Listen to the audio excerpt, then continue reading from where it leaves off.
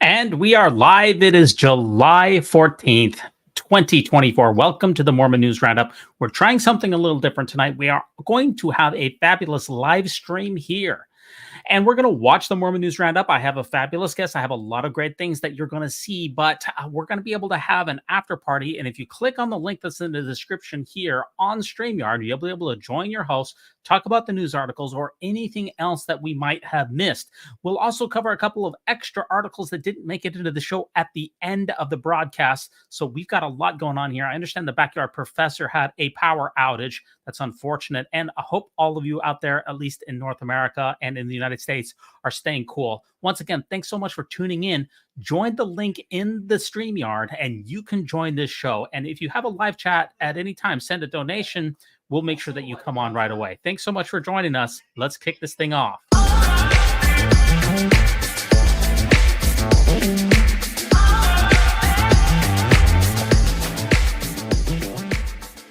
Greetings, brothers and sisters. Welcome to the weekly Mormon News Roundup. I'm your host, Steve. That's talent on loan from Kolob. Every week, my crew and I, we ruminate on the great and spacious beehive. So thanks so much for joining us to discuss the contemporary events in Mormonism. It's July 14th, 2024. This is episode 123. We've got a great article on tap for you. We're going to talk about the church's real estate purchases in Florida. Some major purchases here. You're not going to want to miss our analysis. Also, Imagine Dragons lead singer Dan Reynolds says that he's felt duped by Mormonism and has left the Church of Jesus Christ of Latter-day Saints. We're going to give you a bunch of temple updates, everything from the Fairview, Texas temple to the Cody, Wyoming temple to the Bakersfield, California temple, and much, much more. We're also going to talk about that new film starring Hugh Grant called Heretic, in which sister missionaries tracked into a horror house. It's going to be very, very spooky. We're going to give you the Mormon joke of the week. You're not going to want to miss it. If you want to get in touch with me, I'm at Kolob at MormonNewsRoundup.org. That I'd like to welcome onto my program my fabulous co-host, Maven.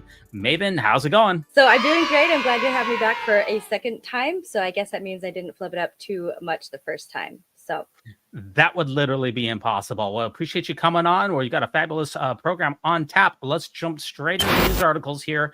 The Mormon CRE unit has paid $133 million for a South Florida multifamily unit. Buyers with resources are flocking to hot multifamily sales market. This is in South Florida, about an hour north of Miami. And the Property Reserve Inc., which is the investment arm of the Church of Jesus Christ of Latter-day Saints, has paid $133 million for a multifamily campus in Plantation. I love the name of that town here. This is an 8-story building known as the Ellsworth. There's 315 units in it. And so it's going to be $422,000 per unit. And what we noticed from the reporting and what we've seen in the past in the church, Maven, is that whenever the church buys these properties, what they typically do is that they don't buy them and then flip them and sell them later on. They buy them, they hold on to them, and then the units that are inside of them, they are leased. They are not sold to people. They are leased so that people will continue to pay rent to the Church of Jesus Christ of Latter-day Saints in perpetuity. How do you feel about the church buying this incredible property in Ellsworth in Plantation, Florida? I mean, if you're looking at it from an investment perspective, it's a good one. And so, yeah, why flip something because you'll still have to pay taxes on that when you do that. But if you can just have basically just constant income, that is the smarter decision. And so we do know the church really likes its money and it likes increasing the money. On the other side of it, we're not just looking at it as an investment. It always just irks me a little bit that, especially with housing, I feel like we're in a crisis. It's like a bubble, but unlike with the previous bubble in 2008, 2009, it's not because of subprime mortgages. And so I don't really see how we're getting out of this one anytime soon, where it's mortgages and it's rent that are just skyrocketing, and they're really kind of pushing out not just the lower socioeconomic classes, but also the middle class. And this just seems to me to be the church, again, coming in on the wrong side of things. It could do so much to house so many people, especially many of its own members who are homeless or who are, and of course, we remember they're going to be paying tithing on top of struggling to pay bills to house their families. It's always frustrating to see the church make decisions like this that prioritize money over people. Only people who can afford to live in these luxury apartment complexes are people who can afford a $500,000 home. And that certainly prices out a lot of people, as you definitely know. And believe it or not, Maven, this isn't the only article from this week alone where the church has dropped a huge fortune in Florida real estate. The church and Florida, they literally go hand in hand. The church is the #1 holder of real estate in Florida, owning up to 4% of it. They have the giant 700,000 acre citrus farm that is in the middle of the state that raises cattle and does citrus, and they own a bunch of other properties, and they're adding to their portfolio here in another place here. This is crazy here. Codina JV has struck another deal in Hialeah for an industrial deal with the Mormon Church and has sold the church a warehouse for $56 million. This is part of the Beacon Logistics Park portfolio acquired from the seller. So, and this is just 7 months after purchasing another Hialeah property portfolio from Codina Partners, where the Church of Jesus Christ of Latter-day Saints is hungry for more. It's an insatiable appetite for real estate. So once again, the property reserve, that's the affiliate, that's the church's real estate arm, has paid $55.8 million for this Beacon Logistics Park here. And it's just another example here because the church in the last December, in a joint venture, it bought another property here for $174 million. So last December, they bought a $174 million Hialeah property. Now they bought another $56 million property. And we just covered in the last article that they bought another $133 million. In the last 6 months in the state of Florida, the Mormon Church has purchased at least $500 million in real estate. And it could be more because the church doesn't always publicize what they're purchasing. The priorities here are absolutely extraordinary. That is a ton of money on real estate. The church is just gobbling up everything in sight. And they can. And I think there's so many things that irk me about this. The funds that the church has could be used to help people, but the funds that the church has is also from the backs of its members. And some of them are very poor and need the money that they're kind of, I would say, coerced into giving to the church. They need that for themselves and their family. And then the church is just has become so massively wealthy on that. I just feel sad every time that it's so easy for the church to drop huge pieces drop huge dollar deals on these properties when I got my brother and sister-in-law into a house. We put our finances together. I provided the down payment and my brother was able to carry the mortgage, but that was really difficult to do. And we just barely did it right as prices were starting to skyrocket during COVID. And so I think we really got lucky that we were able to get a house at that time. And I don't think that I'll be able to get a house again unless something really drastically changes for me financially in the future. I think I'm out. So I really hope my brother holds on to that property. I've been concerned a few times that, if he's not able to at least keep that asset for him and his family, I'll never be able to help him like that again, let alone myself. So I just hate that that's the world that we live in. And then the church, again, partially, not that I paid this much tithing, but I did pay tithing into it that I needed for myself to just give it this dragon horde. Yeah, it definitely can. Now, I remember listening to your Mormon Stories episode, and we talked about it before, that there was a period of time in your life in which you were unsheltered for a few months. You were living out of a van. And we know that the church is the #1 holder of real estate in the United States by total valuation and probably second in the total number of acres owned. Was there ever a thought that crossed your mind that, hey, the church owns a lot of property, including these apartment complexes throughout the world, including in Utah?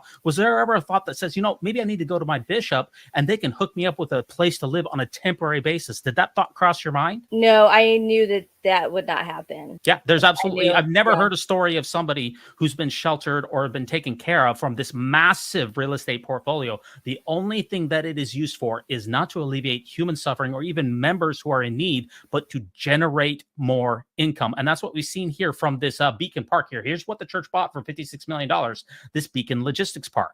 And so what they do typically that I've seen from times past is these are tenant parks that will have multiple warehouses, multiple businesses that are already there. And they purchase it from the Codina partners in this case, and they will generally keep the tenancy of everybody who's there, of the people that are leasing to the previous people. And now instead they will write the checks to the Church of Jesus Christ of Latter-day Saints. They'll keep everybody on board, and they'll probably do the same thing with the apartment complex that they had. They'll just keep the leases going. Everybody just continues to write those checks. All the money just keeps pouring into church headquarters by the billions, by the tens of billions. Remember, the Widows' Mite report, which is the gold standard for reporting reporting how much the church is worth, has said that in the last year, the church alone gained in valuation $31 billion in just 1 year. So you get an idea of how much money is coming in, not only through donations, not only through tithing, not only through fast offering, not only from Mormons who are wealthy who leave their properties to the Church of Jesus Christ of Latter-day Saints, or some of the incredible Marriotts and other people who just write giant checks, but from these commercial properties when they keep writing checks for hundreds or thousands or tens of thousands of people who write those checks every single month to the Church of Jesus Christ of Latter-day Saints. It is truly massive in scale. If they aren't going to provide any housing or do anything charitable with these properties, I would wish at the very, very least the church stopped requiring so much tithing and expenditures from its own members for tithing. And also members spend a lot of money out of pocket just for activities and things for the youth. I just wish that, and missions too, I think at the very least, I wish the church could stop requiring members to pay through the nose for everything that they get from the church. Yeah, I mean, the church could easily write the check for the remainder of the missionaries. The church subsidized the missionary, the total amount of money that it takes for it to run its mission programs. The church currently has about 70,000 missionaries. And from the Widow's Mite report, we learned that the total price tag for the missionary effort of the Church of Jesus Christ of Latter-day Saints is about $1 billion. And approximately the members pay about, I think, around 2/3 of that cost, and the church subsidizes the rest. That's only $300 million. That is absolutely chump change, considering how much the church has. They could easily write the check, not only for missions, they could make BYU tuition for free, and they could really help the members out in need in so many ways. They could do so much more with what they have. Now, I did put a video together that talks about this, and I think that I am the only person who's got a video on this particular topic about those Florida apartments. And by the way, I was born just a short distance away from this apartment complex. If I still remained there, maybe these are the type of apartments that I would be living in at this time, giving my lease checks to the Church of Jesus Christ of Latter-day Saints. Let's check out this video. Hey there, real estate enthusiasts. Today, I'm diving into a fascinating topic that mixes faith, finance, and Florida real estate. Yeah, you heard me right. We're talking about the Mormon Church's $133 million mystery buy. So what's the deal? The Church of Jesus Christ of Latter-day Saints, through its commercial real estate investment arm, Property Reserve, just dropped a whopping $133 million on a 315-unit apartment building in Plantation, Florida. Curious already? Me too. Let's break it down. First off, the building in question is the Ellsworth, located at 1301 Southwest 80th Terrace. This isn't just any apartment complex. It's an 8-story, newly completed development, boasting everything from 1 to 3 bedroom apartments. Rents range from $2,915 to $4,234. And the place was 93% leased when the deal went through. Seems like a sound investment, right? But here's what raises eyebrows.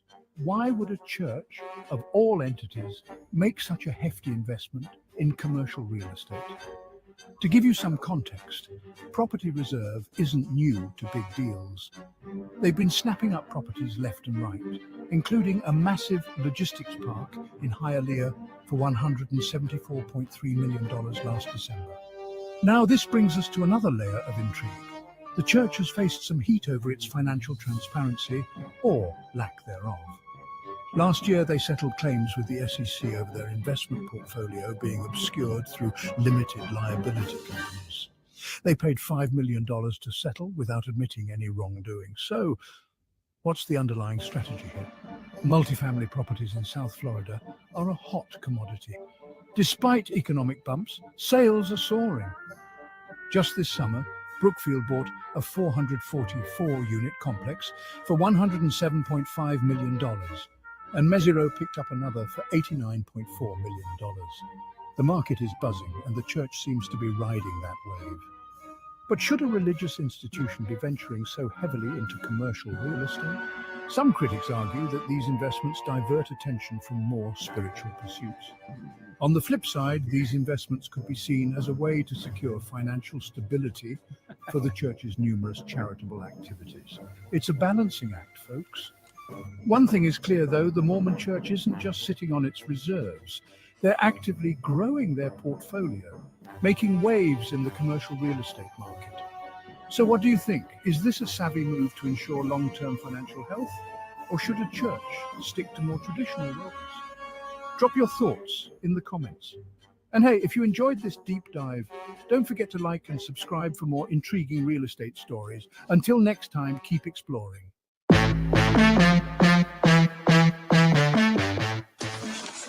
Recording. On the one hand, I wish I could afford a place as nice as that. And then on the other hand, it makes me sad, like I've already said. Yeah, it's absolutely insane how much money that we're talking about here. It's crazy what the church does with its priorities. And it's always amazing to me when I release these little short videos onto YouTube and to get the members to come into the comments to say, look at what the church is doing here. They're spending all this money so that eventually in the future, they could possibly do some good for people. It's always the rainy day. It's always the second coming. It's always that sometime in the future that people will need to be helped. Well, of course, that certainly begs the question, what about the people who are in abject suffering now? What about the 25,000 people who starve to death every day? While you're listening to this podcast, 1,000 people will starve to death on this planet. Meanwhile, the church is spending all of this money on real estate in order to bolster its bottom line.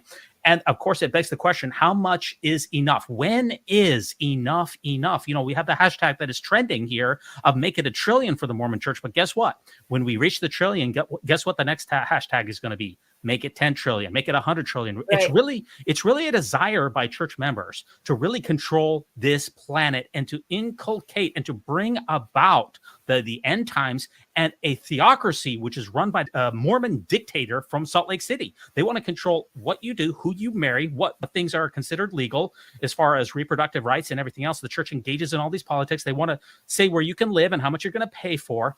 And they also are going to control every aspect of your life. It's just absolutely insane. So that's ultimately the worst thing I think about the money. It's not so much that they have it, but the power and control that it gives them. And you know, the average person just doesn't have a chance against them. And even if we're talking about just properties, the average person isn't buying a commercial property, but when somebody gets that big, there's just no way to compete with that. I really like the music and the background of it. And I feel like it was, I mean, it is for comedic effect, but I think it was appropriate in its kind of spooky, sinister tone. It's a combination of sinister and also circus music. So it's kind of, that's why I have a lot of memes and things to go along with that. And I kind of like to poke fun at things. I have an irreverent sense of humor. So I try to convey that, especially since I use David Attenborough as the voice. That gives it an earnestness, but then you have this weird circus music that goes along with it. And these ridiculous memes that are in there go you into all the world and form shell companies, inconspicuous shell companies. And then you got the memes. I like the Brad Wilcox one. Yeah. Now, our next article here is from Imagine Dragons here. Dan Reynolds, the lead singer of Imagine Dragons, says that he felt duped by Mormonism. So the singer, who once served as a missionary for the Church of Jesus Christ of Latter-day Saints, said now he wants to follow his truth. So this was a recent interview with People magazine. He said he grew up in a really conservative home before he served a full-time mission in Nebraska. And now he's decided that he's on a different path. Now, he said that he once felt very angry about Mormonism and describes his feeling as being duped. He says he's had a complicated relationship with the church. Now, here's where the rubber meets the road. He said, there's obviously parts of the Mormon religion that I feel strongly are harmful, especially to our gay youth. He says that he is now an ally of the LGBTQ plus community. At times I felt pretty isolated from my family, but I also love them and I'm close to them and see them. There's no animosity there. I'm on a different path. I have to love myself enough to follow my truth. How do you feel about Dan Reynolds and the way that he has announced his exit from the Church of Jesus Christ of Latter-day Saints? I think maybe for a lot of people it's an open secret, or at least that's how I saw it. I assumed that Dan was out, especially I really do like a lot of Imagine Dragons music anyway, but then when I went through my deconstruction, I felt like I was seeing a lot, and this could be just projection, but knowing what we do about Dan Reynolds, I was thinking I was relating a lot more to the music and especially some of the later albums. I know a lot of people who, when they leave, they still want to maintain at least some relationship or an appearance of not going and completely saying I'm done with this, or I want to cut myself off, or I don't want this association anymore, because that is seen by members as really harsh and obviously very apostate. And so Dan has not been popular among the more extreme and conservative Mormon crowd for a long time because of his support for LGBTQ youth and other issues. For those that are more nuanced in the church and that like Dan, and I think maybe we're wanting to see and have some hope that there's still some kind of a relationship and some movement or a trajectory where like it could potentially help improve things, that's kind of the end of it for them. Well, it has certainly sparked a conversation this week since he's a very public figure and he just didn't slink away out of the back of the chapel. He did an interview with People magazine in which he decided to tell his side of the story. And that usually riles people up quite a bit. And we start to see the knives out on Dan. In fact, on our live stream that we had earlier this week on my new show, which is pretty off the hook and quite crazy, which you came on, by the way, 2 hours. We did. I can't believe we did it. That was quite a ride. But Jacob Hansen did a reaction, and actually Nemo has kind of done a reaction to that as well. And it all goes back to Brad Wilcox. It's amazing how many things go back to Brad Wilcox. But let's get Nemo's reaction about this particular article and see what you think. Really simple question for you. Is this true? I hope you realize that if you walk away from this religion, you lose everything. You lose everything. Everything that truly matters most. Do you lose everything? Current members, do you believe this? Ex-members, was this your experience? So, Maven, if you walk away from this religion, do you lose everything? Did Dan lose everything? Certainly not everything. And then even if you tack on the caveat of everything that truly matters, then even more so, it's still not true. And so, yeah, what you leave behind is dogma, you leave behind brainwashing, you leave behind, it's not so easy, actually. I think the most harmful things of the church, you don't actually automatically lose necessarily or leave behind once you leave. You have to work through a lot of it. And that sometimes it takes therapy and sometimes it just, takes screaming into the void and just really doing a lot of work on yourself. But you do leave behind a bunch of old men who dictate your underwear. You leave behind a lot of shame, a lot of contradictory doctrines that no one can really live up to, unrealistic expectations. And you leave behind the feeling of having to justify profits for racism, child marriage, polygamy, spousal abuse, all of these things. And so I think those are really great things to leave behind. And I'm certainly the better off for not having to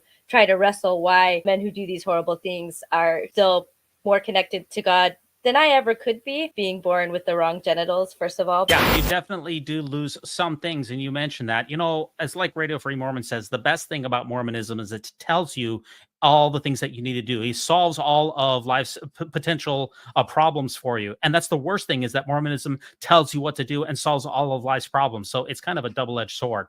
And Kulch also got in on this week. I guess I can't have an episode without referencing a Kulch video, since he is a moderator here. But it all goes back to that famous talk in 2013 by the disgraced LDS apostle M. Russell Ballard. We're not going to get into his incredibly shyster history, which has been well reported by Lynn Packer, but he had the audacity in 2013 to lecture us, considering his morality and shamefully reprehensible financial dealings, on the alleged problems of leaving the church. And he essentially is mocking people by saying, where will you go? What will you do? Echoing those same sentiments that we heard from Brad Wilcox. And Coach had a great reply here. Let's watch this video and see what we got. If you choose to become inactive or to leave the restored church of Jesus Christ of Latter-day Saints, where will you go? What will you do? Whatever I feel like I want to do. Gosh. I knew that was coming, and that was great. That was great. No, I think the implication behind the question is that there is nowhere to go, and it's an extremely abusive question. It's a thought-stopping, mind-controlled kind of a type question, because that is, and they know that's going to be the response in believing Mormons, is like, yeah, there is nowhere else to go, that nothing is better than this. But an abusive spouse could do the same thing. If you're going to leave me, like, who's going to want you? You'll never be in another relationship with anyone like me, which, of course, when you look at it on the outside, it's like, that's a good thing. That's what I want. There are places to go. And even then, like, where will you go, as if we actually have to physically go somewhere? That's also kind of strange too. But we can go to a different church or no church if we don't want to do that. We could just live our lives based on what makes us happy and what is good for our families, and not what, again, a bunch of old men in Salt Lake City are telling us we should be doing with our time. So we definitely don't have to justify where we're going or what we're doing to a person with the reprehensible morality of M. Russell Ballard, who was the acting president of the Quorum of the 12 Apostles when the church was fined $5 million for fraudulently and shamefully hoarding $300 billion. He's lost all moral authority once he was part of that, plus his history of having his credentials stripped by the SEC and a bunch of other morally reprehensible activities that I'm not going to get into at this time about Tim Ballard and leaking people's tithing records and a bunch of other really harmful things. He's going to lecture us on where we're going to go, what we're going to do. I don't think so. But there was a good thread on Twitter here from Stacker. I'm a big fan of Stacker. I'm trying to get him onto the podcast, but he's pretty shy here. He's at Stacker Co. And he said that many Mormons assume being offended and sin are at the top of the reasons that people leave the LDS Church. That's an old trope here. But those are actually, according to one of the largest surveys of ex-Mormons, which is actually around that same time frame of 2013, put out by John DeLynn and a couple of other folks that were involved. This is the actual stated reasons. I know that's a little small here. I can't really make it too much bigger here. But what are the reasons that people actually leave the church, not the tropes, Maven? So the top ones are: I ceased to believe the doctrine or theology. I studied church history and lost my belief. I lost faith in Joseph Smith. I lost faith in the Book of Mormon. If you look all the way at the bottom here, I wanted alcohol, extramarital sex. I was offended by somebody. Those are the last of the list. And we were actually discussing this with Colch actually a little while ago, where we talked about this. And LGBTQ issues are actually only in the middle. But this was like 12 years ago. I bet you and we've had a societal shift, really, all the way from the top on down. Even from President Obama, he ran on being against gay marriage, and he changed it in the middle of his presidency. And we've seen a huge shift on people supporting gay issues, both within and without the church. I bet if you reran this particular survey today, that those gay issues of the church's stance on homosexuals and Prop 8, I bet it would be even higher. What do you think? I think so. And I think women too, especially given what's happened with the Supreme Court. And I think more and more people are wanting to talk about these issues and see a difference. That is an absolutely good point. I bet you that the women's reproductive health and the church's stance on that, although you could consider it slightly more progressive than some of the most regressive red states, but I bet it would also be higher up on the list than it once was. I'm not sure. That's an interesting thought to consider. It would be interesting to see data about it. That's my assumption. Yeah. Yeah, definitely. Okay, now every single week for sure, the church is very, very active in its temple constructions, and these buildings have a great deal of controversy that is associated with them, to be sure.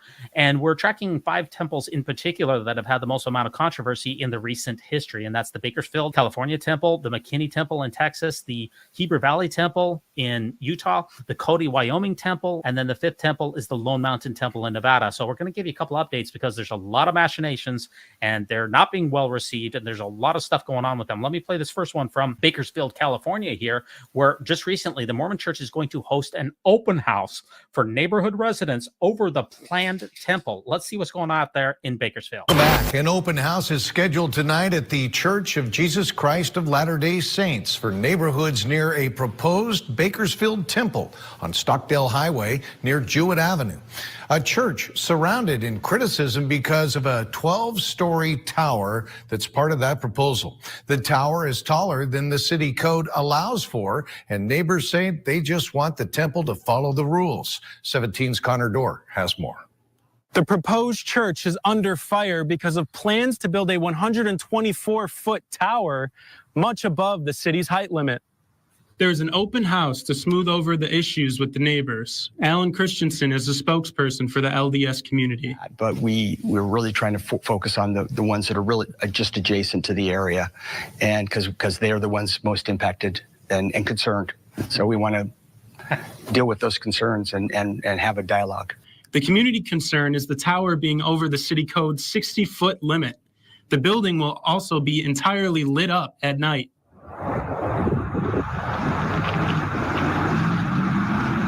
Kevin Oliver, a realtor and candidate for Ward 5 and City Council, welcomes the church, but opposes the tower being that high. And I'm sure that the LDS Church, they want to be great neighbors. I know that community; they're wonderful people, and that's all we're asking is just to follow the rules that are on the books. The open house is set for the LDS Church on 9900 White Oak Drive at 6:30. the church invited over 500 people from neighboring communities. This open house is for those from adjacent communities, Christensen says. There are plans for a bigger open house at a later date. You know, the church always wants to be really good neighbors. Wherever we go in and put a temple, we want to make sure that we're talking to the neighbors. We will be at the open house tonight to see how it plays out with locals and to see if there's any middle ground that can be found. Okay, so Maven, the church wants to be good neighbors. Did I hear that correctly? You heard that correctly, but I disagree probably as strongly as you do. The church is only ever good neighbors when there's an ulterior motive or when they are made to be good neighbors. And so that's part of the problem. I think this can sum up all of the current temples and any future temples that have any kind of controversy is because of the church's wealth and power. We're getting to the point where there is no one to hold the church accountable anymore at all. And what we are seeing is that when the church has just the money and the lawyers to really just beat up on these towns, and I mean, the church could buy out entire towns, you know, it just goes to show what happens when they don't have to be good neighbors. And when they don't have to be, they aren't. And it's just unequivocally, I think they're really, really showing that. The members don't see it, which is really frustrating. But I mean, I understand it's still kind of the cult mindset, you know, being stuck inside of it. But with the open houses that they're trying to do, they always just think it's just about misunderstandings. It's just a misunderstanding.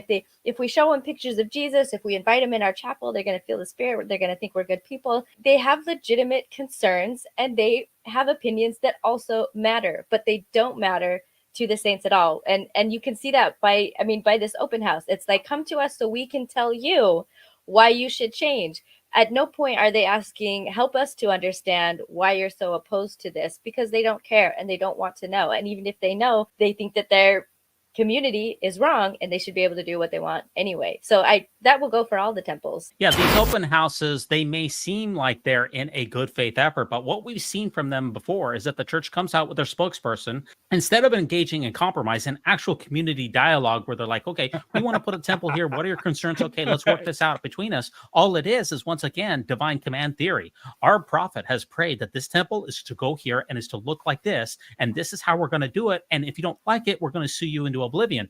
And the crazy thing about these clips is you could literally replace these with any of the temples out there. It's like they're interchangeable. We keep hearing the same thing. I had a comment about the chapel with, you know, the big easels in it, and, you know, in the gym, in the cultural hall. It just comes across as so cheap, which we do know the church is, despite having all of this money. And it just seems really low effort. If I was still a member and I was in charge of something like this, I like the pictures and the easels, like those themselves are fine. But I would absolutely argue, and I know why the church would push back, probably the local leadership, bishopric, stake presidency would. If you're wanting to impress the neighbors, you should put it in the chapel at least. Chapels are not very nice in Mormonism, but it's better than the gym. Yeah, you can see the basketball hoop, you know, up against the ceiling. It's so tacky. It's so tacky. It's just and that's a nitpick. It's a blind spot among the members of the church. But I don't know. I just sighed when I saw that. I was just like, that's the best you got. Raven, I do like the carpet that goes halfway up the wall, and I don't care who knows it. I think it's a good look. I like how that feels. But it is, you know, it's very troubling, obviously, what's happening. And our friends over there at the Cultural Hall podcast, by the way, they tweeted out about this. And this is a confusing Facebook post. I want to get your thoughts on it, because this is the reaction to that same article that we just talked about, where neighbors in Bakersfield are voicing concerns over the potential 120-foot tall Mormon Temple Tower project. That's what they call it, by the way. Mormon Temple. It's not a spire. They call it a tower. And the Cultural Hall tweeted out, who does LDS podcasting as well. And they said, well, we should build them a tower to climb up and scream their thoughts. And we shall call it the Rantiumtum, meaning that the neighbors, they could build a tower for them to scream their thoughts. It's kind of like mocking the concerns of the people who are involved with this. I find this to be in very poor taste, or maybe I'm misreading this. What do you think? It's interesting because it does seem to be, it's extremely ironic, actually. The tall towers, that's for sure. I mean, it's literally, and it's almost like they're so close to being self-aware, because I mean, the tower itself, I mean, it's something broad. It's seen by a lot of people. Like, that is the purpose of it. It's supposed to be seen and draw a lot of attention. And so it is basically a ramiumptum. And so the fact that they're trying to turn it on the neighbors and call it a rantiumptum, like, the neighbors, again, they're not the ones saying, like, we're better than everyone and we're so thankful for all of these things that we have. It's the members of the church that are doing that. we're better than everyone. We deserve to have this thing. God is blessing us because we're just so dang righteous. And I feel sorry for everyone else who isn't us, but it sucks to be them. That's not what the neighbors are doing ever, anywhere, in any of these scenarios. They're not against the members of the church. And it's not just like, oh, it's code, so they're just mad about code. The code is there for a reason, because especially with the being lit up at night, I know there were places that had very genuine concerns about local wildlife and how that would be impacted, especially some endangered like native species.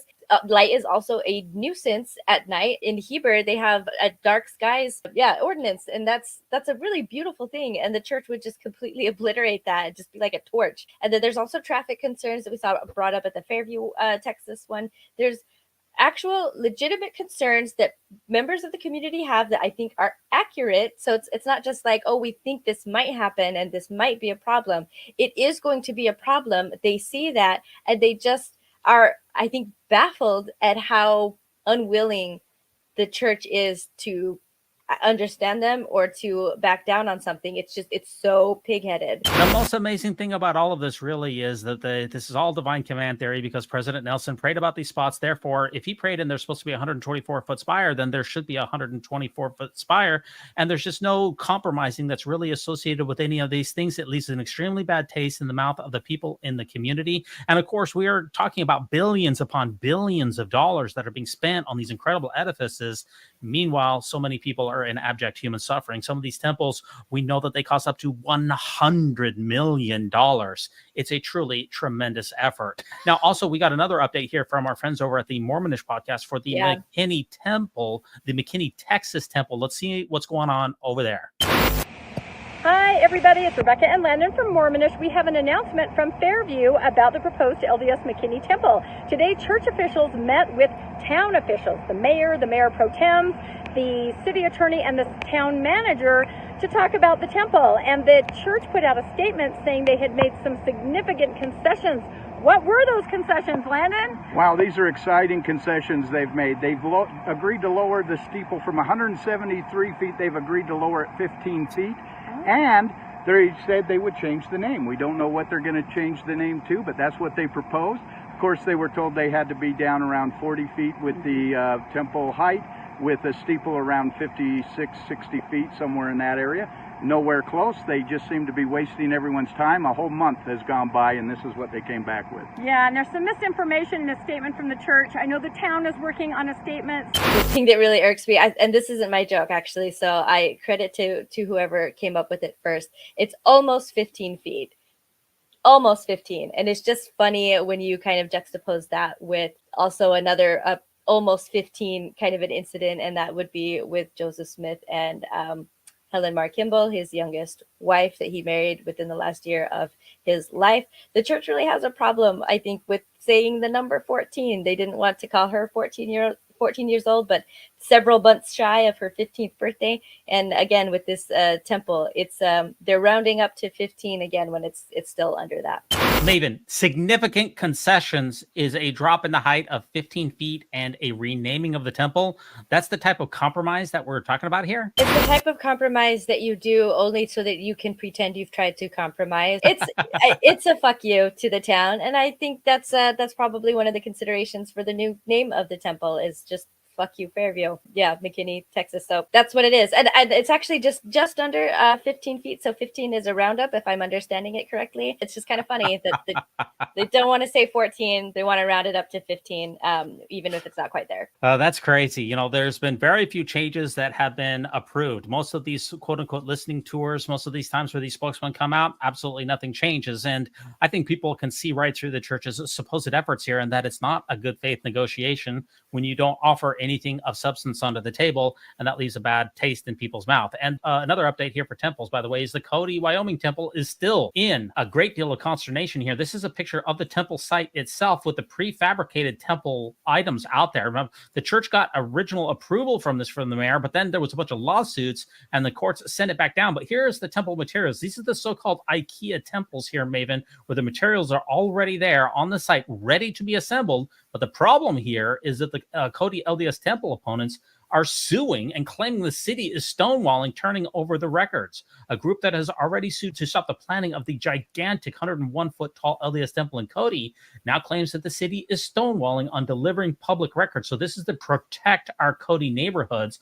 Filed this way back in February, and neither the city attorney, who is LDS, nor the administrator immediately responded. There's a lot of intrigue on these temples. The cities are stonewalling. We got bribes that are happening, or at least in Cody in particular, there was one alleged bribe. In Lone Mountain, we've got people greasing the politicians. The church is using its law firm to pay off politicians. Watching the sausage get made here is really turning people's stomachs for sure. I think if the church had been willing to compromise, they could have their temple built by now already. And that's including the changes they would have had to make to their little IKEA structures, ordering new units necessarily if they're not things that could be fixed or adjusted on the ground. So again, we know how rich they are, so it would be understandable a little bit, just a little teeny bit. This was all that they had, and they didn't have the funds to fix or make up for this mistake. But we know that they have enough funds to build a temple there 20 times over if they wanted to. So we know that that is also not an issue. It's just pride and it's just stubbornness. The crazy thing about building all of these temples is we know for a fact, because of the church's scheduling feature inside of the church's website itself,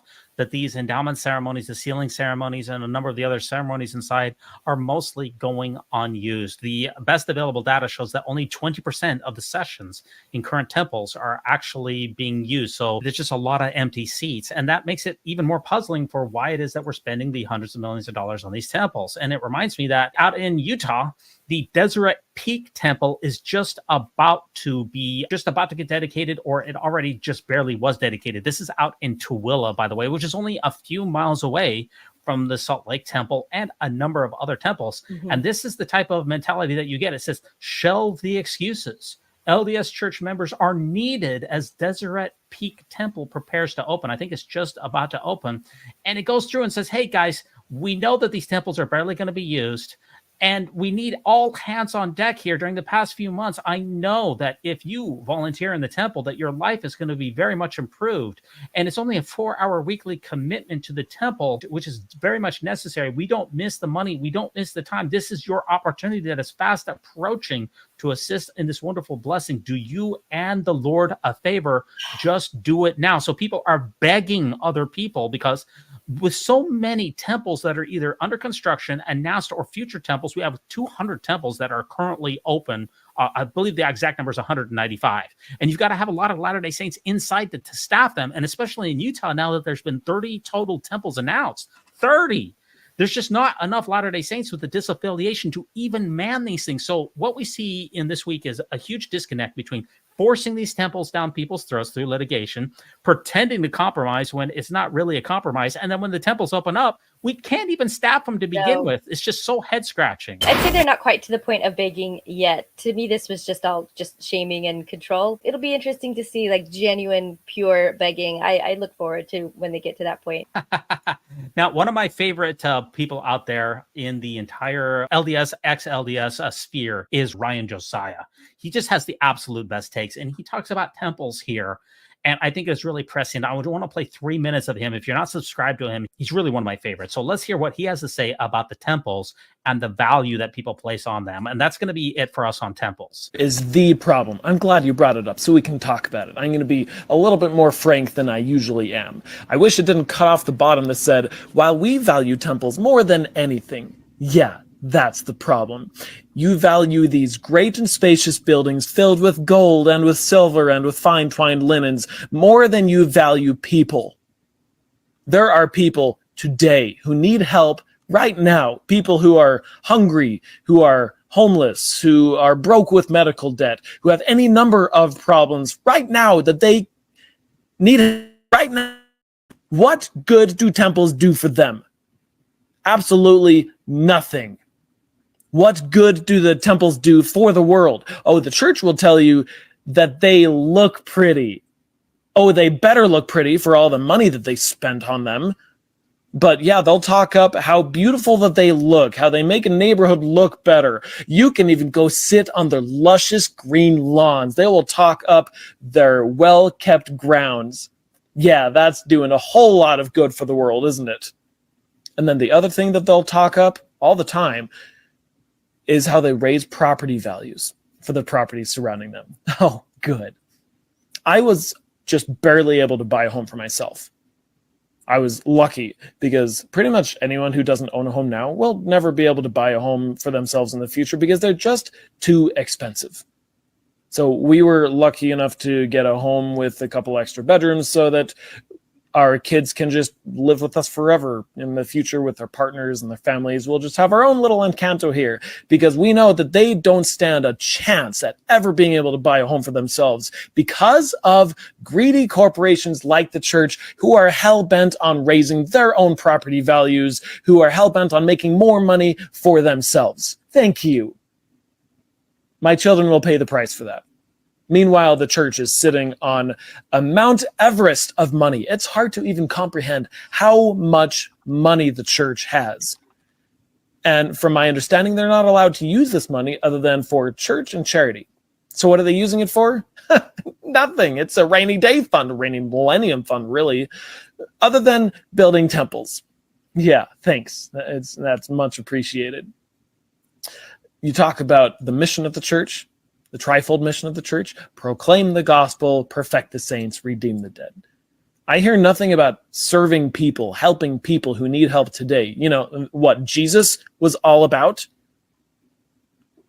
Jesus, speaking of which, you know, he's going to come back, according to your doctrine, and then you have 1,000 years to do one thing. Do you remember what that one thing is that you're going to be doing for 1,000 years?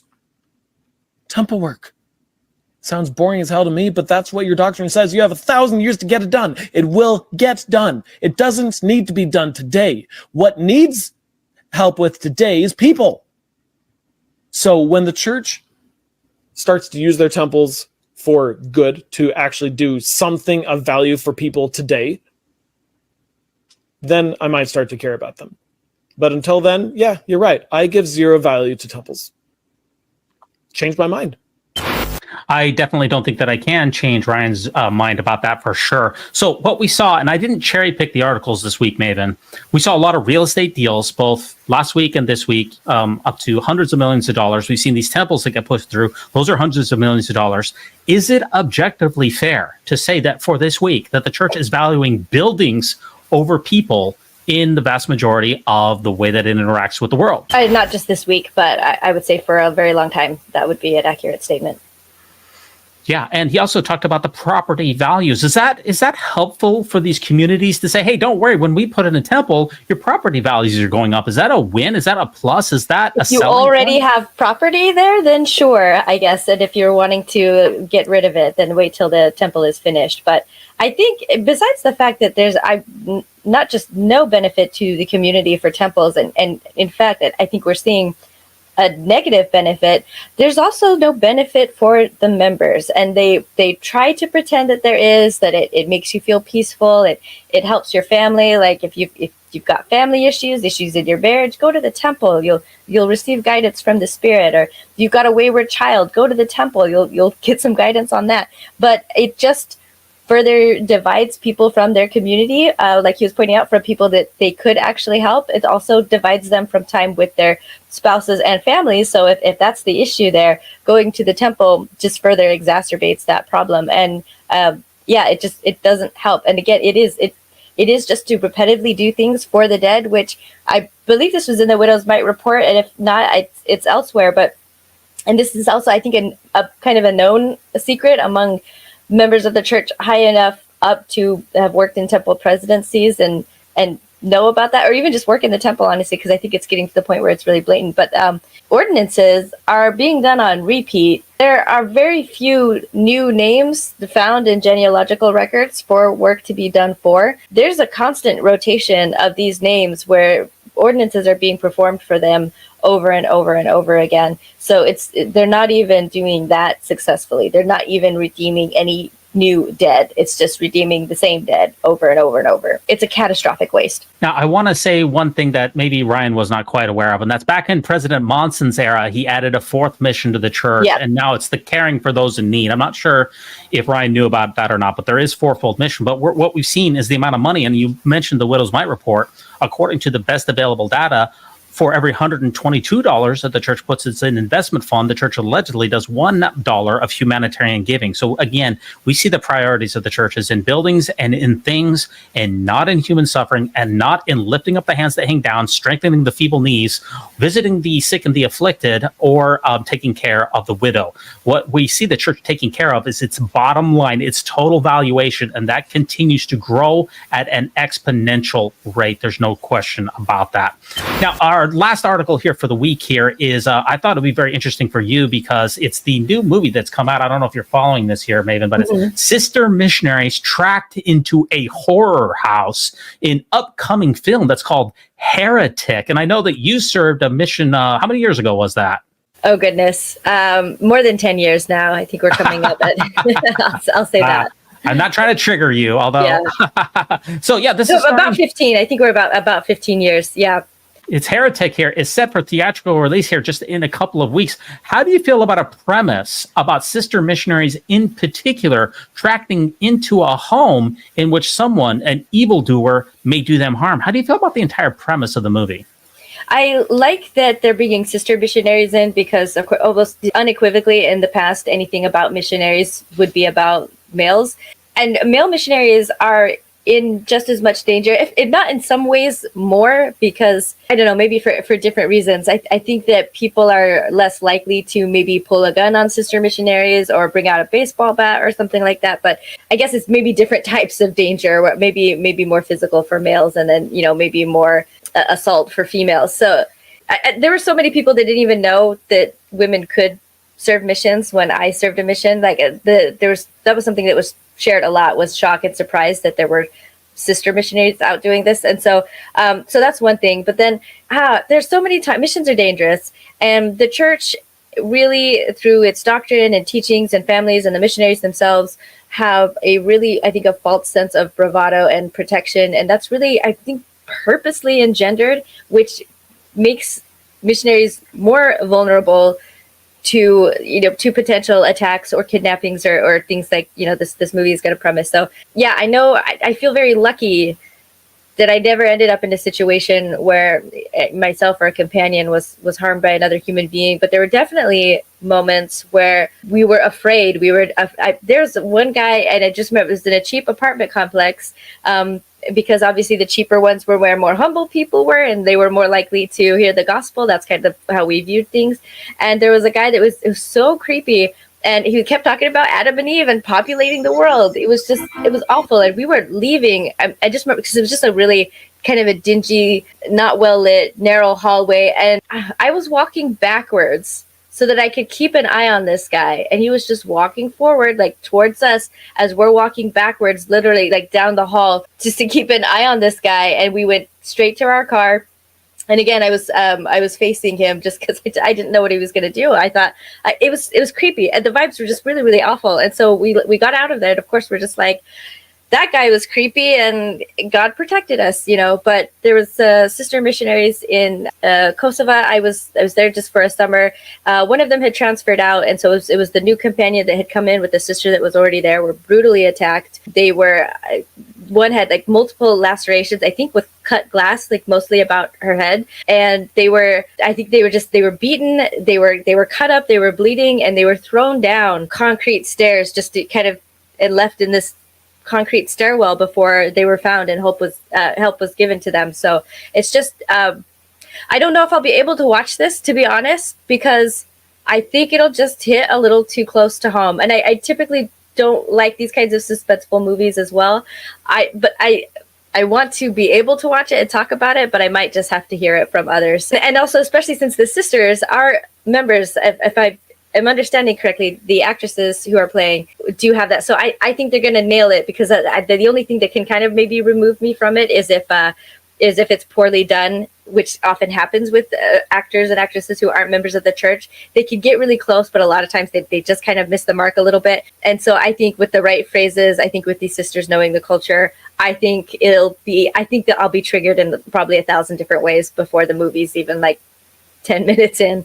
Yeah, I mean, serving a mission is an extremely dangerous endeavor to begin with. When I was a missionary, I had a gun that was pulled on me not once, but twice. And also riding bicycles on a mission is inherently more dangerous. It's just an incredibly fraught endeavor. We've had stories of people who've been hurt. I had a companion who ended up having some seizures on his mission. He went home. Would that have happened if he was back home? I don't know. There's health complications. There's people who've gotten sick. There's people who have been killed. Approximately 12 missionaries die every single year in the service of the Church of Jesus Christ of Latter-day Saints.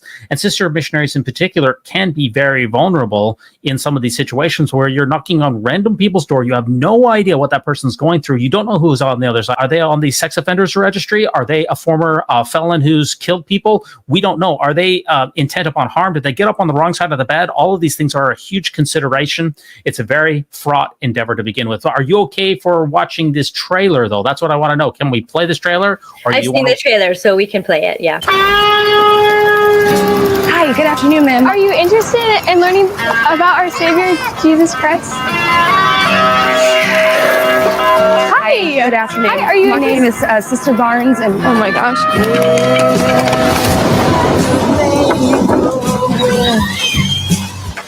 Are you interested in learning more about the Church of Jesus Christ? Come on in. We can come inside unless another woman is present. My wife is home. Does that count? Great. You like pie? Yeah. My wife has pie in the oven. I could tell that you are a very spiritually curious person. I think it is good to be religious, to find your faith in a doctrine you actually believe. Well, our work here is done. And I will go and check on the pie. So sleep, silent angel.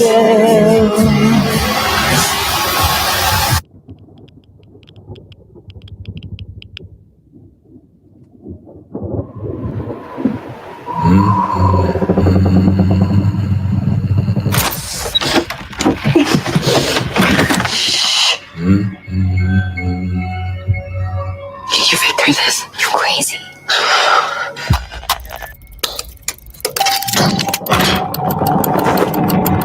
We just need to go home. I won't keep you if you wish to leave. But I want you to choose which door to go through based on your faith. What does this have to do with us leaving? Everything.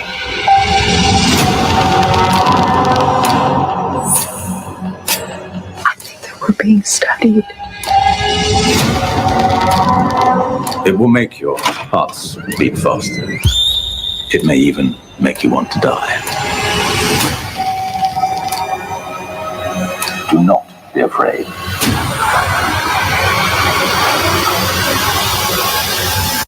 You will witness a miracle.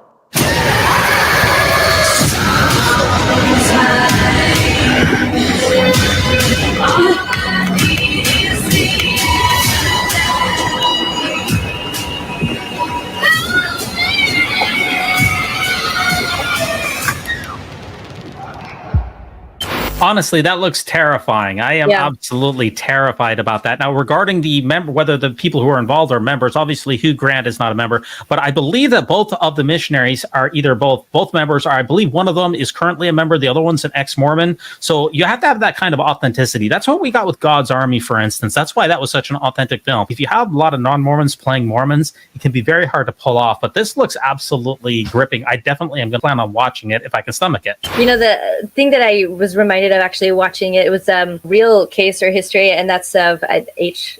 Holmes, who basically had like a murder mansion with secret doorways and things like that. And out of all the different, I guess, well-known serial killer cases out there, his is the one that terrifies me the most, because he used his building to trap and suffocate and kill women, and there just was no way out and no way that anyone could find them or know where they were or anything like that. So I think, and that was real, that I don't know. So this, just rewatching the trailer again made me think that I make that connection to a real case. Yeah. So we'll keep an eye on that. That looks very interesting, and it looks very gripping. We'll see what we got. That does take us to our final segment of this week. And I do have two jokes for you lined up here. Speaking of tracking here, this is from the Babylon Bee, which is one of my favorites here. This is several people injured in a brawl when Mormons, Jehovah's Witnesses arrive on the porch at the same time.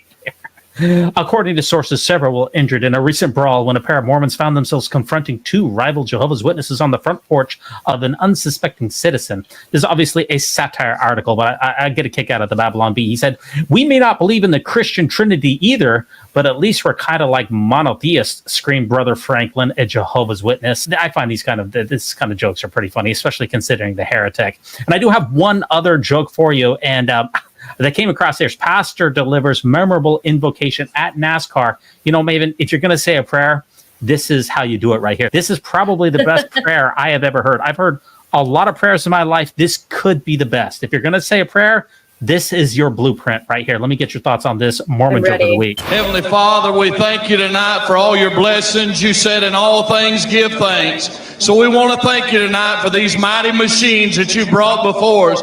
Thank you for the Dodges and the Toyotas. Thank you for the Fords. And most of all, we thank you for Roush and Yates partnering to give us the power that we see before us tonight. Thank you for GM Performance Technology and the RO7 engines.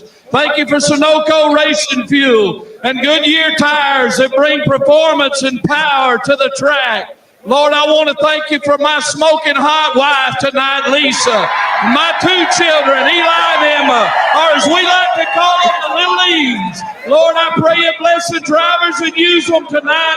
May they put on a performance worthy of this great track. In Jesus' name, boogity, boogity, boogity, amen. That's how you do it, Maven. That's how you do it. I was worried about the smoking heart wife comment, considering that you're a feminist, but you seem to laugh the loudest at that part. Yeah, I thought that was funny. And I've definitely never been part of a prayer that got a round of applause like that. So yeah, I don't think it's unfeminist to appreciate your wife. We were on shaky ground there. As long as it's not the only thing, but okay, yeah, we were on shaky ground here, but you rescued me. I really appreciate that. Now that's the end of the podcast. You know, Maven, what projects are you working on and how can people get in touch with you? My email address is theamazingmaven@gmail.com. I'm working on a reproductive rights podcast. That's what I'm building up to currently. I keep talking about it, but that's what's on the books. That's very, I think, important considering the upcoming election and something that's just personally very meaningful to me. I just hate seeing the suffering that's coming through happening now. And so that's basically it. I still work for Mormon Stories behind the scenes there. And that's it. Other than that, I'm living my life and I'm having a good time as much as I'm able. That sounds tremendous. We release new episodes of the Mormon News Roundup every single Sunday night at 9:30 p.m. Eastern Standard Time. If you come on over to YouTube at that time, you can interact with your humble hosts. And as far as the projects that I'm working on, every Monday night at 9:30 p.m. Eastern Standard Time, we do another episode of the Mormon movie reviews. And this week, we're doing the review of Emma Smith, My Story. You ever watch this one here? I recognize the actor and actress in it. I don't know that I have. I think they were both used in other productions. Do you know? Yes, they have been, specifically in two other LDS related productions, including Joseph Smith, Prophet of the Restoration, which is one of the most important church films of all time, released in 2015. And they also did another Joseph and Emma movie as well. They're kind of the faces of Joseph and Emma to begin with. But if you like Mormon cinema, come on over and join us at that time. Maven, I want to thank you so much for ruminating with me on the Great and Spacious Beehive. Good luck on your new podcast. We can't wait to hear about that a little bit more later. Thank you. I want to give a shout out to Weird Alma on bandcamp.com for this episode's music. If you feel like supporting the Mormon News Roundup, we'd be very grateful for a Patreon donation. Always think celestial, and remember, no unhallowed hand can stop this podcast from progressing.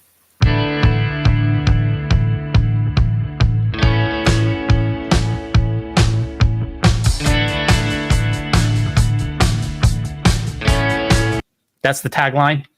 Sorry. The tagline of the podcast is no unhallowed hand can stop this podcast. That's right. I'm sorry. Go ahead.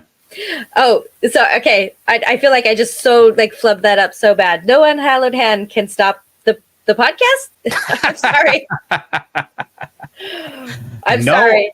No unhallowed. It's in purple at the bottom of the share document, but no unhallowed hand can stop this podcast from progressing. From progressing. There we go. Can you say it? all in once, all in one take for the post edit. All right. No unhallowed hand can stop the podcast from progressing. Can stop this podcast from progressing. One more time. You got this. So you started with no unhallowed hand, right? No, you just, I said remember, and then you do no unhallowed hand can stop this podcast from progressing.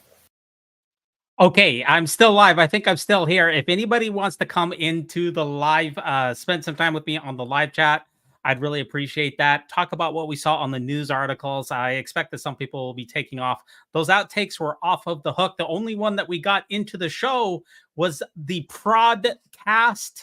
No unhallowed hand can stop the prodcast. That's as good as we could do, but that's okay. It's no big deal. Nothing to see here. Now, I do have one thing that I wanted to share with you that just kind of broke here, and it's a friend over there, Connor Boyack, and he made a very interesting show here. And let me see if I can get it up here. I don't know if I can here. Remove full screen, remove from the stage. Ooh, okay. I'm going to try this. I'm not sure if I'm going to get this done here. I'm going to try. Here we go.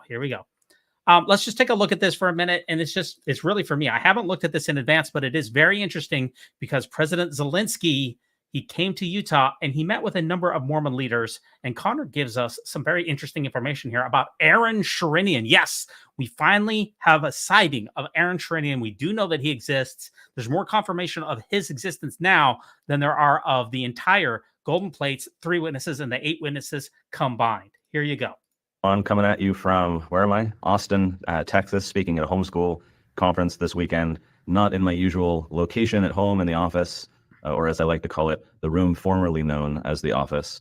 It used to be my office where I do my musings. You see the bookcases behind me. Now it's the piano room. I got kicked out in favor of a piano moving. And so, but I am on a different location today. But I wanted to get this musing recorded and uploaded really quick because something just happened that I think is worth note, especially based off of some of the chatter that I've seen in recent weeks and months on social media. And that is Aaron Sherinian has popped his head up. He's made an appearance. There's been some speculation on social media I've seen from people with all the backlash that he got when his appointment, his hire was announced, that maybe the church was going to push him out or quietly, make him go away or something. I never really believed that. I assumed that the position of both Aaron and the organization was that they'd wait for this to blow over. Well, he popped his head up. He made an appearance, and I want to talk about it. I'll get in for those who don't know who this gentleman is. I'll share a little bit in a minute. But first, let's set the stage for the appearance. So this past week in Utah, Salt Lake City was the host of the National Governors Association. This is a bipartisan association for all of the governors. And Governor Cox here in Utah has chaired the association for the past year. And then the Democratic governor of Colorado, Jared Polis, has been the vice chair. You've probably seen in the news their Disagree Better initiative that they've been doing. That's through this National Governors Association. So they had a conference in Salt Lake City scheduled for this past week. And somewhat at the last minute, it was announced that Zelensky from Ukraine, President Zelensky and his wife would be visiting to make a speech and visit with the governors. So that happened. I read in the news, I wasn't able to confirm this. Someone stated that this was the first time that Zelensky's wife has been to America. Of course, not the first time for Zelensky. He's made many a trip to, hat in hand, beg for even more money for this no-win, unproductive, totally stupid war. But we'll get into that in a minute. So here is some video footage for those of you watching on the YouTube or the Facebook version of this musing, where Zelensky is speaking to the National Governors Association. Let's take a look.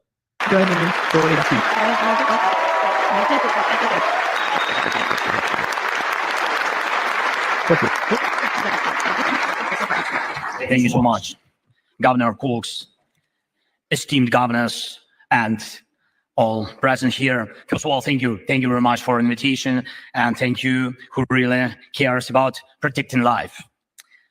These days, I have been in Washington. I visited the Ronald Reagan Presidential Foundation, and I was in the United States Congress speaking with representatives of both parties in both chambers. And I was at the White House and the NATO summit meeting with the President Biden. At each of these meetings, I thanked America, all our friends in America and all Americans who support Ukraine, our people, our freedom, our independence in this terrible war started by Russia. Thank you so much for your support. And as is common with appearances like this, you're hitting multiple birds with one stone, right? If you're in this location with all of these important people, you're doing all these little one-off private meetings in addition to the big fanfare. That certainly took place with Governor Cox and his wife, who had a private meeting. I think some of their handlers and others are off to the side of the room, but they were able to sit down and have a few remarks with Zelensky and his wife. There was also another meeting with Utah's congressional delegation. Again, for those watching the video, you can see that here. This is Zelensky and his team meeting with members of Congress from Utah, huddled in this room at the hotel. Now, if you are a dignitary and you are traveling to, let's say, Italy and that area, you are going to swing by the Vatican, right? The true seat of power in the region, and pay your respects and meet with the Pope or some leadership of the Catholic Church. Similarly, when a dignitary comes to Utah, it has been common practice to swing by the church office building and get the photo op and the brief meeting with the leaders of the church. So, presidents of the United States have done this, leaders of other countries have done this, and so this is a fairly common thing. With Zelensky here in town for the National Governors Association, they did the same thing. They came to the church office building for a meeting, and according to a church spokesperson, they discussed the church's presence in Ukraine and humanitarian assistance throughout the region. Interesting, Zelensky and his cohort did not meet with the First Presidency. Neither President Nelson nor Oaks nor Eyring met with Zelensky and his team. I'll speculate as to why that is in just a moment. Let's speculate right now. It could have been that they were busy. Certainly, as I pointed out, this was somewhat of a last-minute appearance. So it could have been that they were tied up with other commitments that they couldn't get out of, they being the First Presidency. I searched social media, the church's newsroom site, trying to find were there any announcements of temple dedications or other meetings, or I couldn't find anything. That's not to say that other meetings didn't happen. It could also be that they were private meetings and appointments, not public ones. Of course, they're very old. Maybe they're taking fewer meetings. They're going to sleep early like Biden or something, and not taking as many meetings. I don't know, but I could not find confirmation of any other scheduled visits or appearances that the First Presidency made.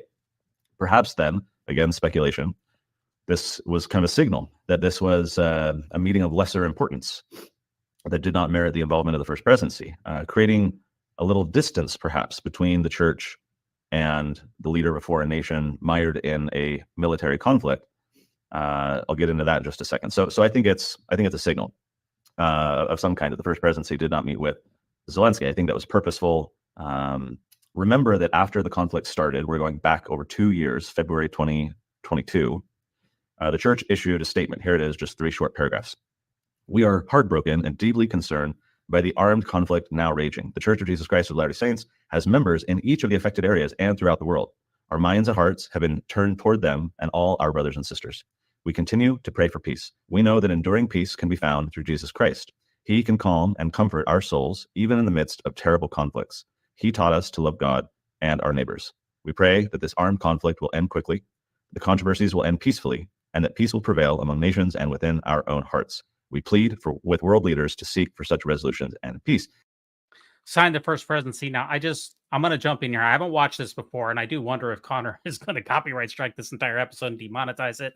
Not that it matters that much. This statement is a complete abdication of worldwide responsibility. It is a complete pass on the entire conflict. The church doesn't want to take sides. That's not the job of a prophet. The prophet is supposed to be the divine mouthpiece of God. God certainly knows, or at least the God that has been espoused to us through Christianity and through Mormonism. That God is supposed to be maximally powerful and maximally good and omniscient. He's supposed to know the end from the beginning. He supposedly has a plan for all of this, but instead we can't even mention President Putin here by name. We cannot find the fortitude to summon the fortitude to rebuke one of the most genocidal butchers of our day in one of the most ridiculous conflicts that the earth has had, where hundreds of thousands of people have died, but we cannot mention Putin by name. Instead, what church leaders, what they reserve their hatred for, what they reserve their most ardent and most vitriolic responses are for the members of the church themselves. People, for instance, the gay community, people, for instance, who are persons of color, especially Black African saints, especially prior to 1978. We can use all kinds of vicious language against church members or against intellectuals or feminists or anything like that, those people will be denounced repeatedly. But the most genocidal butcher of our day cannot be even named. That is a complete abdication of moral responsibility. And some of the pushback at the time when they released this statement was that it was kind of bland or generic. They did not name, again, this was from the first presidency, signed by the whole first presidency. They did not name Russia. They did not name Ukraine. They were not specific as to, who this was in reference to. It was a more general statement. So that's number one, to support the argument that this is some kind of a signal. Number two is, remember that the church updated, like a year ago or whatever it was, the statement on political neutrality. I did a musing on this. I'll go back and add this. In fact, to the little description in YouTube, I'll add this link so that people can see it later. So they updated this statement. Before, it was kind of the political neutrality statement we're all familiar with, that principles compatible with the gospel can be found in all political parties type of thing, right? That, hey, we don't get involved in politics. So in that other musing, I talk about, is that true? And I give some examples. But this statement was updated after the whole Ukraine-Russia conflict started. And now the statement includes the following text. The church does not seek to elect government officials, support or oppose political parties, or, and this is new, or generally take sides in global conflicts. The church is neutral in matters of politics within or between the world's many nations, lands, and peoples. The church does not typically issue statements regarding disputes in or between nations, lands, or peoples. Rather, it teaches the gospel of Jesus Christ with the knowledge of living the principles, limits, contention, and hostility. So, well, what I get from this particular, when the church revised this political statement, I really think that you always look at the motivations for the church and it always comes back to money. It just always seems to come back to the bottom line. And the church is a tax-exempt organization. And at least in the United States, you cannot endorse a political party. You cannot endorse a political platform. But you can call out evil when you see it. But the church is so worried about its tax-exempt status, especially considering the Ensign Peak Advisors debacle, because that IRS whistleblowing complaint is still looming out there, that they've decided that they're not going to engage in any type of global leadership whatsoever that could even potentially, possibly be seen as political, because they don't want anyone to question their tax-exempt status. And so they've really just become completely Manila, and they've really just abdicated their responsibilities as the supposed moral authorities on earth. Perhaps disputes in and between nations or whatever, global conflicts. Of course, in World War, in the past, the church certainly has made plenty of statements. But this is a new thing. The church is saying, hey, we're going to not, get involved in these things. And so the speculation is that the fact the first presidency did not meet with Zelensky was kind of an action based upon those past statements. Hey, we don't want to, take a meeting with the guy running this war and forcibly drafting, 40-year-olds at this point, because all the 20 and 30-year-olds are on the front lines or have been killed. And we don't want to get, step in the middle of this conflict with this person who's going around begging for more American taxpayer dollars to throw at the military-industrial complex to, go continue to bomb people and prosecute this unnecessary war. So speculation, but so the question then is who met with Zelensky, if not the first presidency? Well, here's one of the photos. This was released by Zelensky on his social media. Of course, he's on a tour, and his social media person is sharing all these photos and all these statements that he's making and kind of documenting all the people that he's glad-handing with. So here you can see on the left, Elder Quentin Cook. He was the highest authority in the room, one of the apostles. He's interestingly the only one who got a placard on the side of the church. On the other side of the table, you got Zelensky's whole team, and him and his wife got a placard. No one else did. Usually when you're at these meetings, everyone gets a placard, maybe because this meeting was last minute or something, who knows, but only Elder Cook got a placard. So here he is on the left. Well, who's seated to his left? That is Sharon Eubank. Sharon Eubank, of course, making an appearance in a previous musing. I will also link to that in the YouTube description, called A New Year, A New World Order, that I did in January, talking about the globalism ties to the church, especially with the United Nations. So we talked a lot about Sharon Eubank in that one. She, of course, is director of Latter-day Saint Charities, which then makes sense why she was in this meeting if they're talking about kind of the good humanitarian work. But she is just so everybody is aware, I mean, Ms. Eubanks is the highest really ranking woman in the church. It's not a priesthood office, but she's gone before the UN. She's in charge of the humanitarian. She's essentially the church's highest ranking woman. Out and out globalist. I shared several quotes in that other musing. I'll just briefly reference a couple.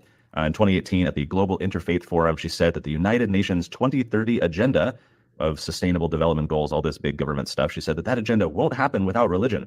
The way forward is to do just what this forum has as its goal: invite and respect as build understanding among them, and integrate them into every aspect of the 2030 Sustainable Development Goals agenda. It will lead, she said, to the greatest success possible for equity, justice, and peace. Equity, important. That's an intentional word, the Marxist word.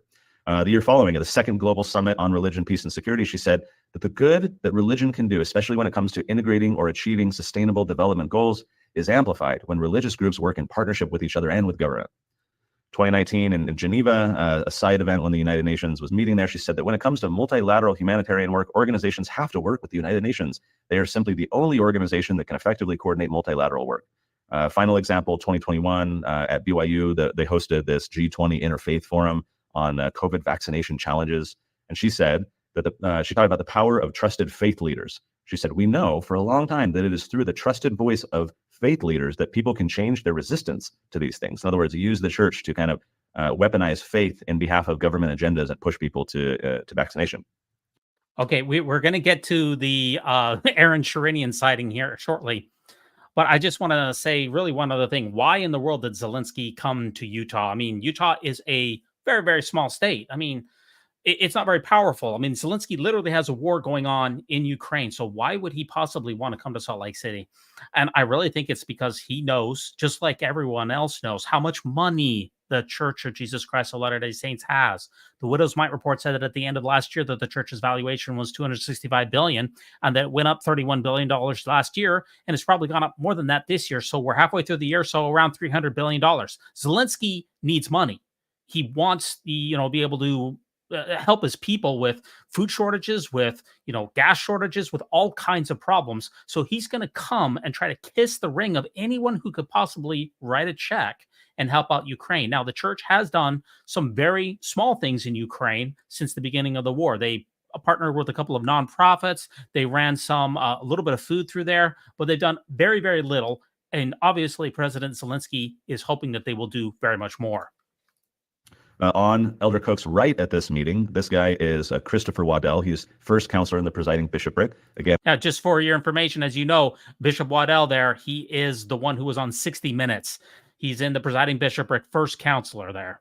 And overseeing humanitarian type of efforts for the church. I'm going to back that up a little bit, because if you look carefully, you will see, finally, Aaron Sherinian, the long lost. I mean, it is harder to see a picture. It is harder to see Aaron Sherinian in the flesh than it is to see the actual gold plates here. Waddell, he's first counselor in the presiding bishopric, again, overseeing humanitarian type of efforts for the church. And who's this guy? To Sharon Eubanks' left. There you go. That is our man, Aaron Sherinian. Zelensky even posted this close-up of him peering over the shoulder of Zelensky, looking at Aaron Sherinian. I will give it to the man. He is a good dresser, looking pretty sharp. For those who didn't watch that other musing, which I will link to as well in the YouTube description, Brother Sherinian was hired as the head of public affairs and media relations for the church about 6-7 months ago. And this is what the Deseret News at the time said. The managing director of the church communication is a trusted communication advisor to the church's senior leadership, including the First Presidency and Quorum of the 12 Apostles, and works under their direction. The managing director also leads the department's work in global, external-facing communication strategies for the church. He oversees several teams: media relations, government, community, and interfaith relations, international area relations, and so forth. He previously, as I said in that musing, we talked a lot about this. He was the chief communications and marketing officer for the United Nations Foundation for 9 years. He, in 2022, he had posted that he had been to the United Nations General Assembly conferences for like 17 years. So this guy is just steeped in globalism. And as I said earlier, some had speculated that after all the pushback and blowback and so forth that I contributed to, and others very concerned, because when you look at, again, in that musing, I go into it in deep. I'm not going to here. This guy is just a total leftist progressive. He was championing all these causes that are even hostile to the church. He was promoting the kind of rainbow, LGBT, everything else, and championing the Supreme Court ruling that legalized gay marriage across the country that the church had been fighting against. So he's publicly saying, yeah, this is great. And so he was at odds with the church, and now he is in this privileged position as a direct advisor to church leaders, despite having these very strong leftist, globalist type of personal opinions. Interestingly, Sherinian has been totally silent on Twitter since he got this new position. His last tweet was late last year, just before his new position was announced. So he has been silent on Twitter, where he's got about 20,000 followers. However, on Instagram, where he's got 10% of that, about 2,000 followers, he's been very active, but entirely about personal stuff. Lately, in the past few days, it's been that his family's been finally moving out to Utah. So he's been back in DC, packing up, getting his family all ready to go, and they're now relocated to Utah. It seems like up in Bountiful or somewhere up in that area where they've settled. And so he is posting, but more just personal stuff.